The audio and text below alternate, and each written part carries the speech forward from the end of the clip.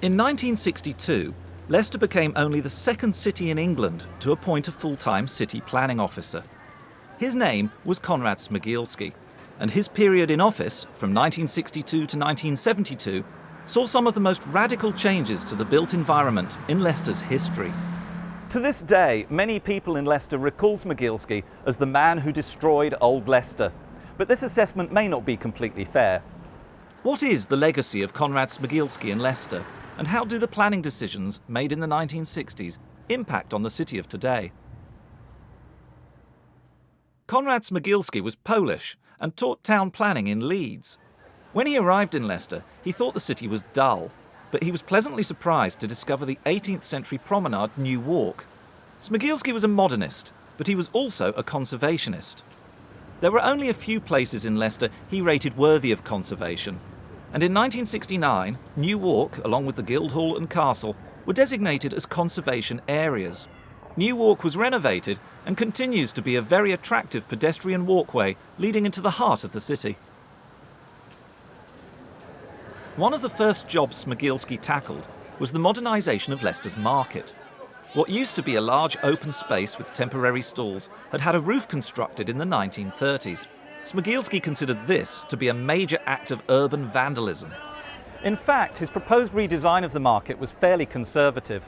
But even the addition of this small piazza proved controversial, and the word piazza, perhaps too European for Leicester's tastes, was dropped in favour of the more prosaic forecourt. Now, in 2011, after various alterations in the intervening years, the latest rebranding has cleared away more of the stalls and created another open space. Towards the end of Smigielski's time in office, Leicester's first housing action scheme was trialled in Clarendon Park, a Victorian suburb to the south of the city. These trees and cul-de-sacs, and the fact that these houses all have indoor toilets and bathrooms, are a result of the first successful public consultation process in Leicester. This scheme was repeated across the city for the next 20 years, and is one of the great unsung achievements of local government in this period. Why then is the popular memory of Konrad Smigielski so negative for so many people? One of the main reasons for this is the Southgate's Underpass at St Nicholas Circle. This project, to build an inner ring road, was already in progress when Smigielski arrived in Leicester. The need to deal with increased traffic in the city had been recognised as far back as the 1920s and 30s, and plans had been drawn up by the city's engineer John Beckett in the 1950s. However, these plans would have involved the demolition of the Crescent on King Street and parts of New Walk. Smigielski stopped this by redirecting the road, but the best he could do with the plans to the west of the city was to drive the dual carriageway into an underpass. A large part of medieval Leicester, sitting on top of Roman Leicester, was buried under a modern road system. It might not have been Smigielski's fault, but it had happened on his watch. The second event that sticks in the public memory is the creation of the Haymarket shopping centre. In the late 1960s, there were worries that new, large, out-of-town shopping centres would drain the life out of the city centre. A new shopping area was planned by the Clock Tower, with a theatre, cinema and leisure amenities. The only problem was that a large section of Old Leicester had to be demolished to create it. While this area had little of great architectural merit, it had generations' worth of memories and experiences tied up in hotels, dance floors, pubs and shops that were cleared away. Much of the building in this period was actually done by private developers, not local authorities.